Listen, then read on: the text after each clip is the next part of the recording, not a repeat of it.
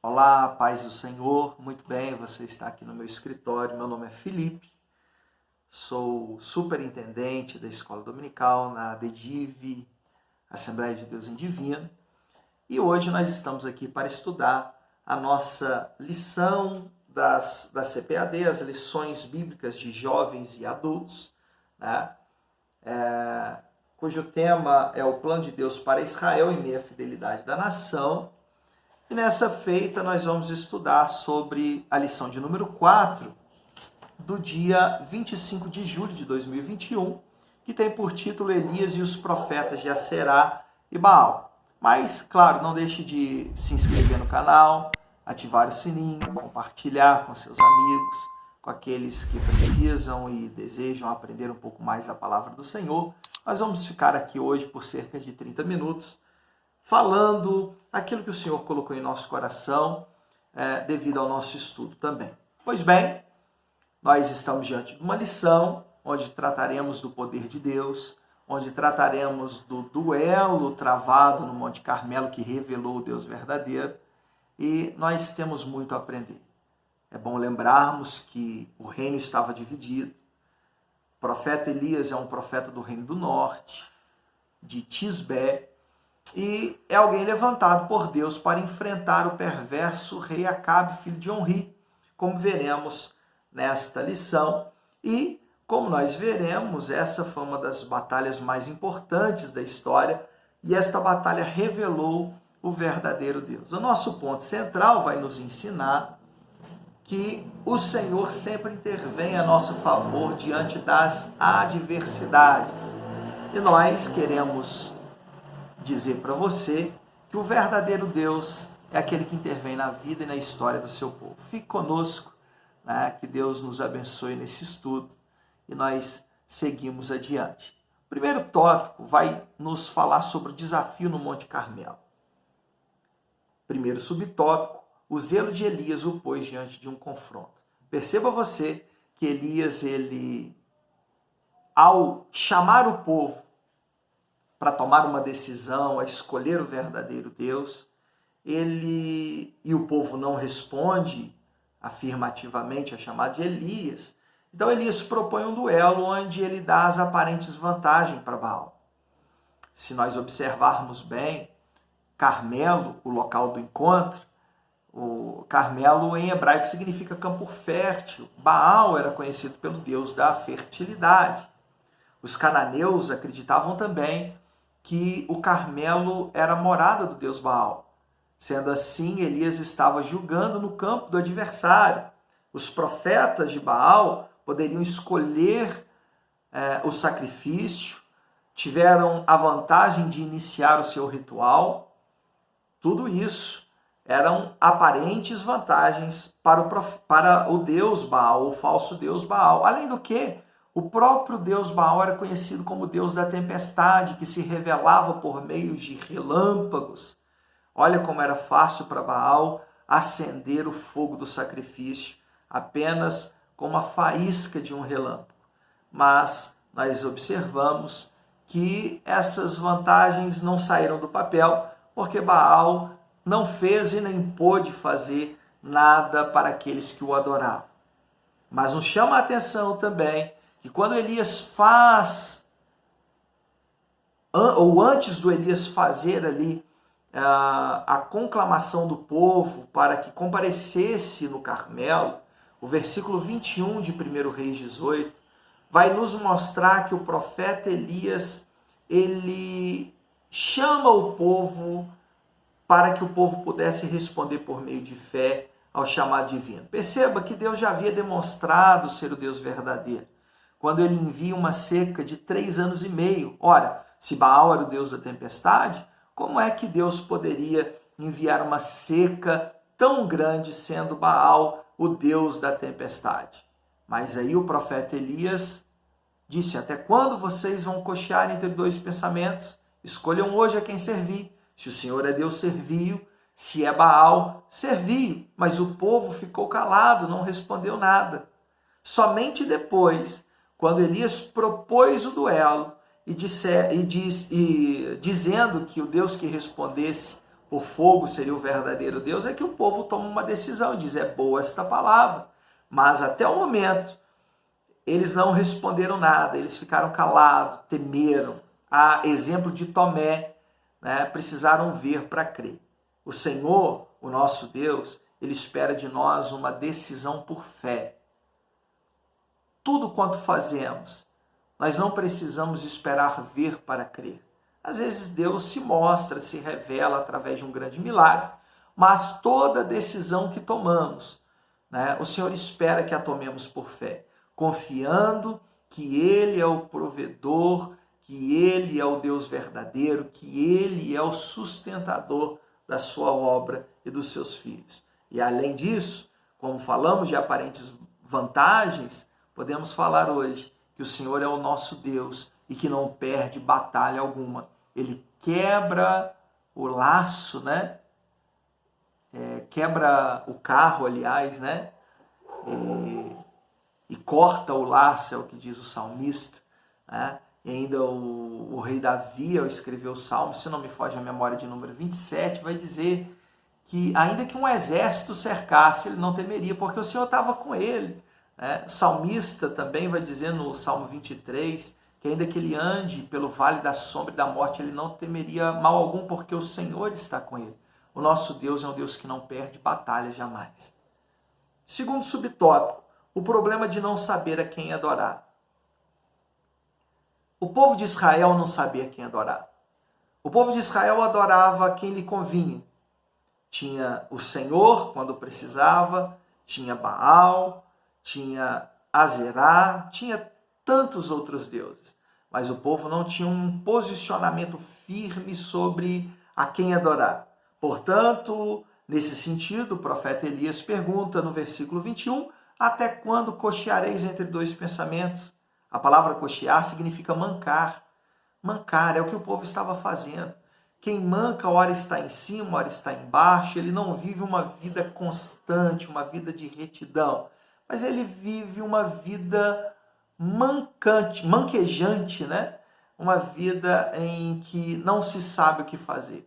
Por isso, o profeta adverte o povo, até quando vocês vão ficar mancando entre o Senhor e entre Baal? Até quando vocês vão ficar indo de um lado para o outro?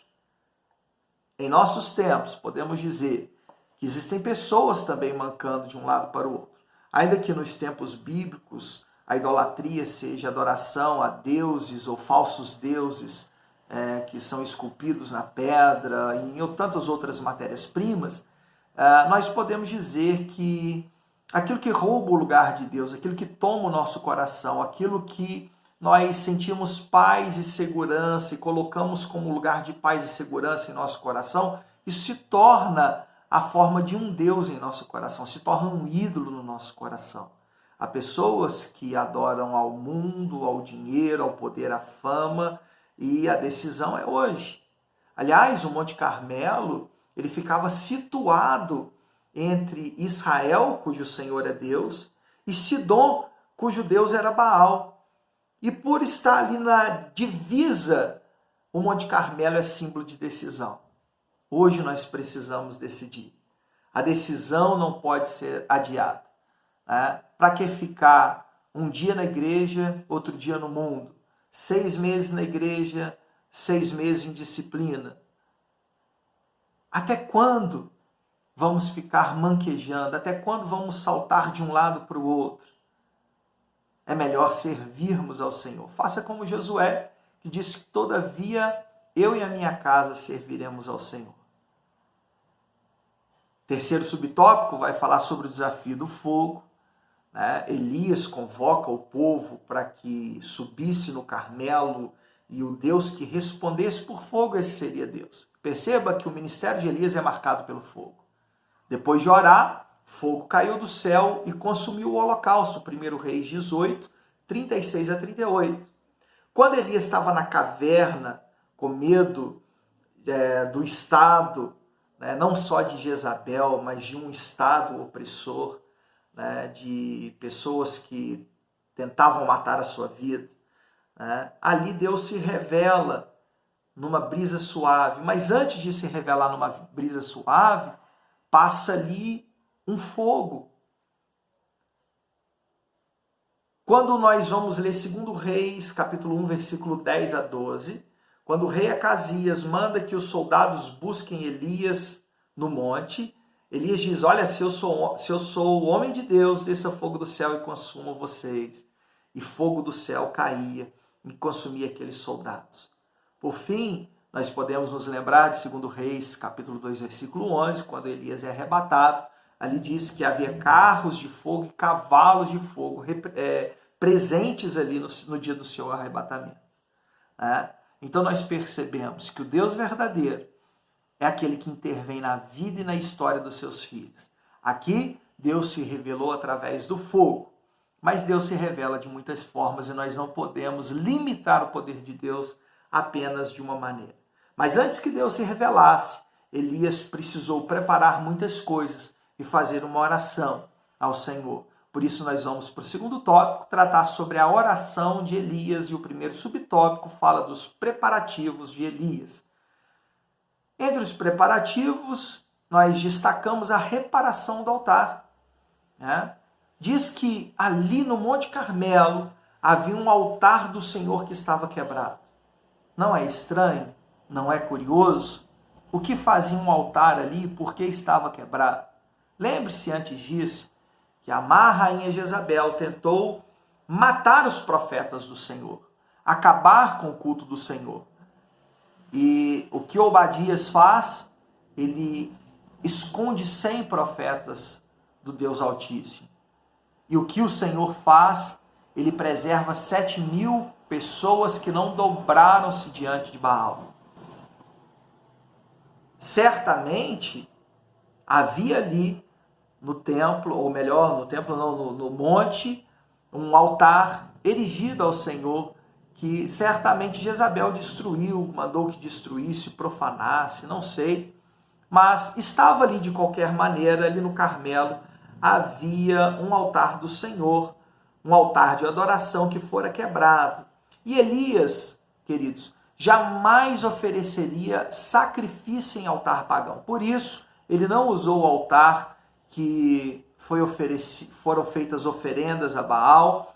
Pelo contrário, ele restaura o antigo altar, até para lembrar que não estava construindo uma nova religião, mas voltando às raízes. Portanto, Elias é símbolo aqui, ou exemplo aqui, de um profeta raiz, de pessoas que não estão trazendo modismos e inovações, mas que estão restaurando a verdadeira religião. Ora, não foi isso que Martinho Lutero tentou fazer na Idade Média, no tempo das trevas, trazer a igreja de novo para aquele pensamento da igreja primitiva. Destacamos aqui a unidade na adoração. Apesar do Reino do Norte contar com 10 tribos e Elias ser um profeta do norte, o Senhor, ou o servo do Senhor, entendia que Deus não é Deus de divisão e sim de unidade. Por essa razão, Elias tomou 12 pedras, simbolizando as 12 tribos de Israel, e ofereceu sacrifício no horário do sacrifício da tarde em Jerusalém. Apesar do reino estar dividido, Deus ainda era o mesmo. Deus é um só. O Senhor não muda. Os homens mudam, mas o Senhor, ele jamais muda.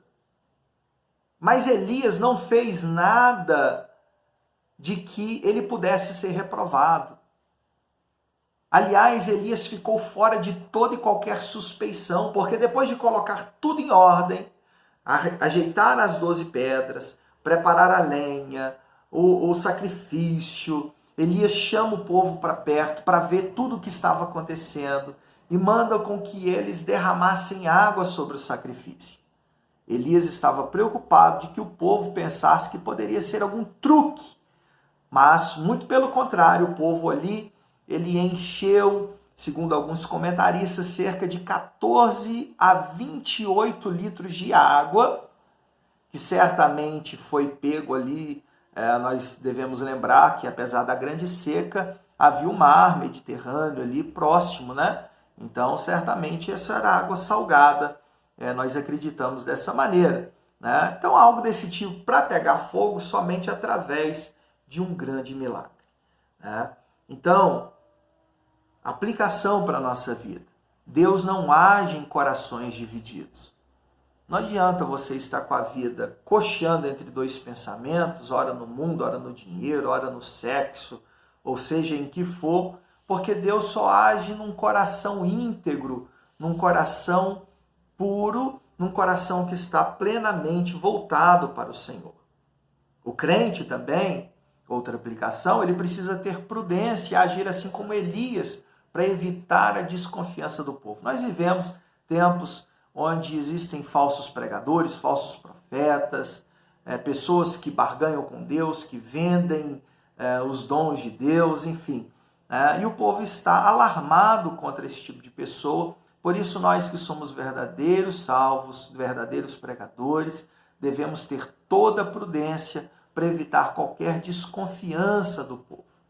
Por fim, por último, nesse subtópico, a última implicação que eu quero que você pense, é que Jesus, o próprio Cristo, ao vir a este mundo, ele repara o nosso altar, que nós jamais poderíamos reparar, devido ao pecado de Adão, o pecado que nós cometemos em Adão, que nós praticamos de certa forma e somos culpados por ele. Jesus ali na cruz do Calvário disse, está tudo consumado. Nós podemos agora prestar um verdadeiro culto de adoração ao Senhor por meio do nosso Senhor e Salvador Jesus Cristo.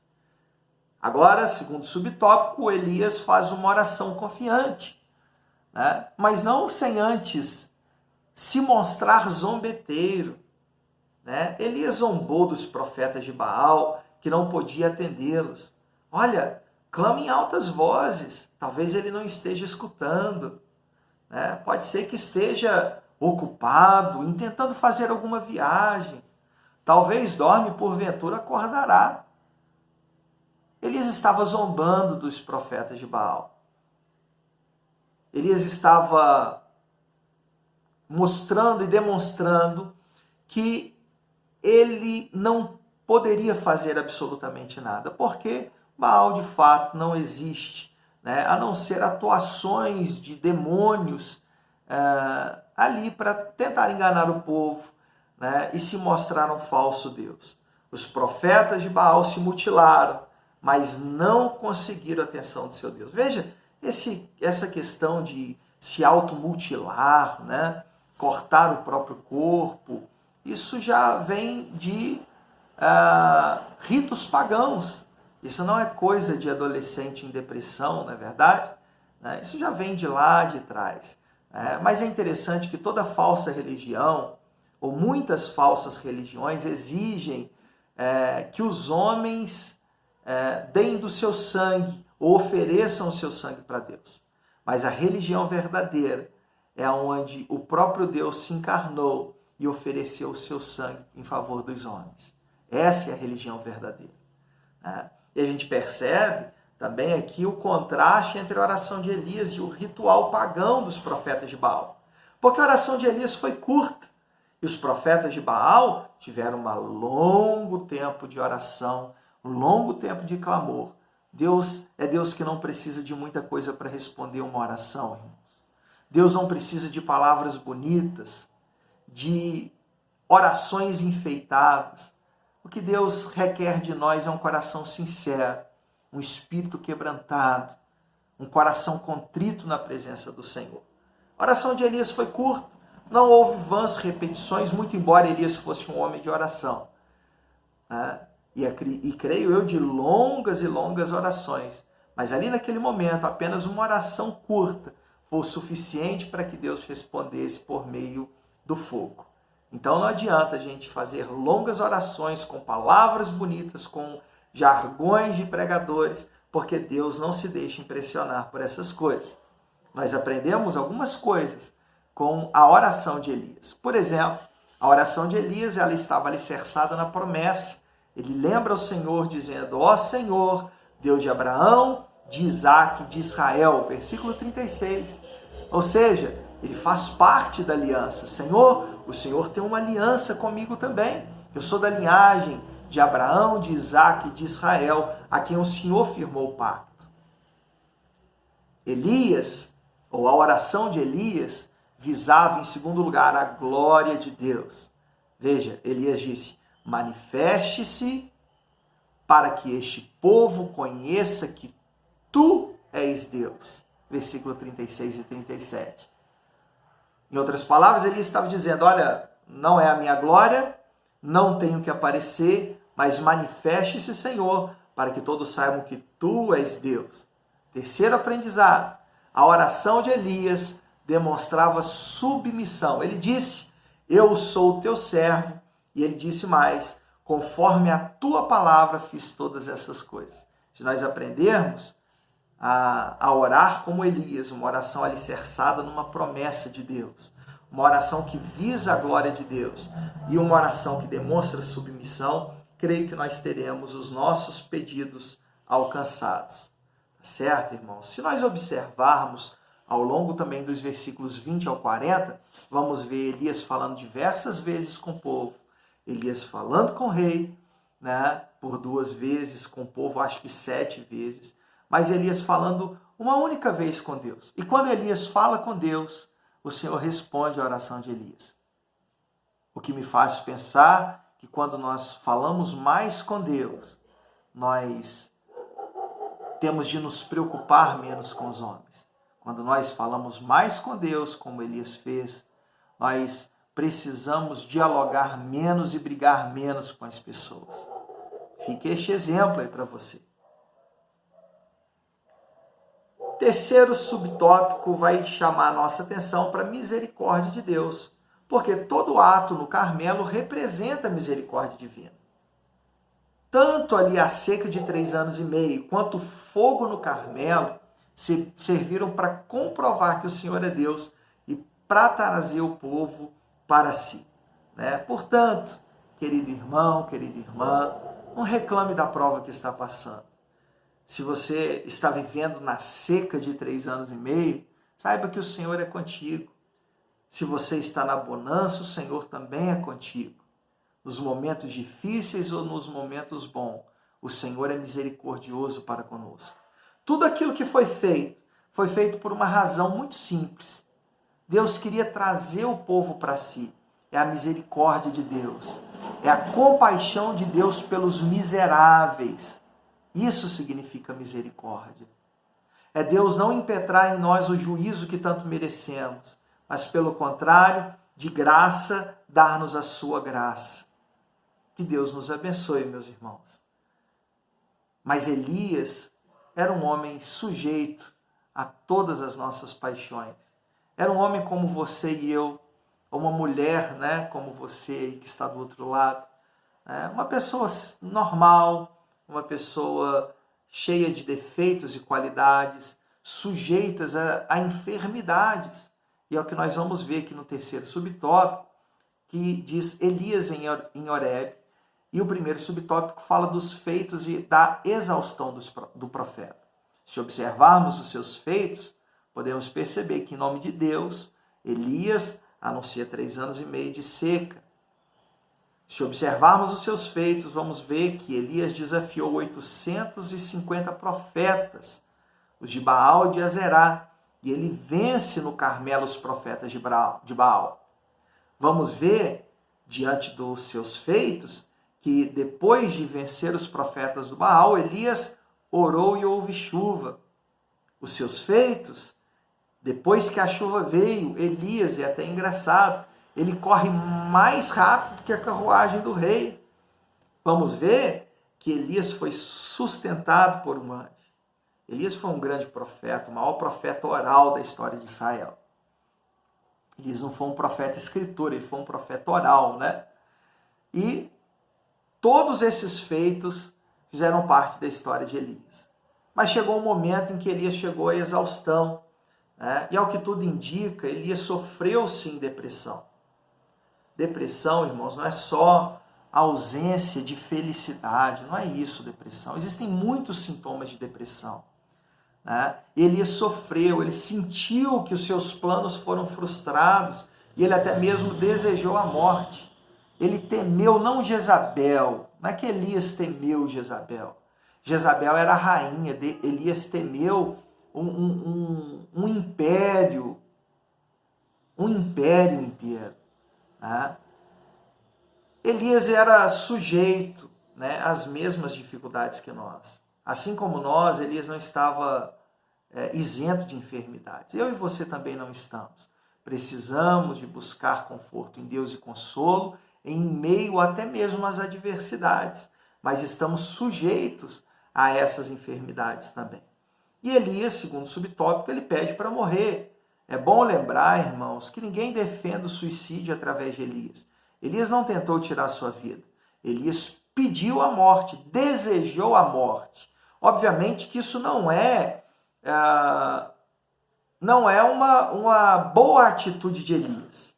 Um livro histórico apenas nos aponta fatos, porém não serve de doutrina para a nossa vida. O fato de Elias ter desejado a morte não significa que nós temos o direito de pedir para Deus a morte. A vida é um dom de Deus. A vida é para ser vivida para a sua glória, com prazer na lei do Senhor. É o que o Salmo 1 vai nos ensinar, na verdade. Então, foi uma falha moral de Elias, a qual todos nós estamos sujeitos de passar, mas foi um ponto negativo na vida de Elias. É bom que isso fique claro, porém, também é bom que fique claro que Elias não tentou morrer, ele não tentou tirar a própria vida, mas ele desejou a morte. Ainda que não seja bom o que ele fez, né, percebemos, contudo, que Elias era um homem assim como eu e você somos. Terceiro subtópico, a resposta de Deus. Eu quero destacar aqui, em primeiro lugar, a multiforme fala de Deus. Porque o Deus que controla os vendavais da natureza, né, vendavais, terremoto, fogos, fenômenos da natureza, né? Esse mesmo Deus falou a Elias em meio a um suave sussurro, 1 Reis 19, de 11 a 13. Como a dizer que não só trabalha em meio a barulho e grandes movimentos, mas também na singela brisa suave e no silêncio. Deus, nós não podemos restringir o culto de Deus. Nós não podemos restringir o agir de Deus. Deus, ele fala conforme ele quer, quando ele quer, do modo que ele quer. Às vezes por meio de um grande movimento, mas às vezes por meio daquele culto que muita gente julga ser um culto morno, um culto frio, mas Deus está ali falando. Então, não pense que Deus fale apenas no meio do barulho. Deus fala também através da brisa suave. E aí nós vamos perceber, então, depois que o Senhor tem um encontro ali com Elias, nós vamos ver a restauração de Elias e os novos desafios. Elias, ele teve a oportunidade de confessar o seu estado de desespero, e Deus, diz o próprio comentarista da nossa lição, lhes deu novos sentidos para continuar seu ministério. Quais eram? Ungir Azael como rei da Síria, ungir Jeú como rei de Israel e ungir a Eliseu para lhe suceder como profeta. Deus é o Deus que restaura, é o Deus que restaura aquele que está deprimido. Ainda, irmãos, que os médicos e os remédios possam lhe dar alguma segurança, confie em primeiro lugar em Deus. Deus ainda é o médico por excelência. Conclusão, irmãos, Elias, portanto, ele vai servir para nós como exemplo de fidelidade a Deus e fidelidade à mensagem de Deus. Nós, como bons cristãos, devemos denunciar o pecado da nossa sociedade e anunciar a nossa restauração em Deus. Fiquem com Deus, que o Senhor nos abençoe. Não se esqueça, compartilhe esse vídeo com mais alguém.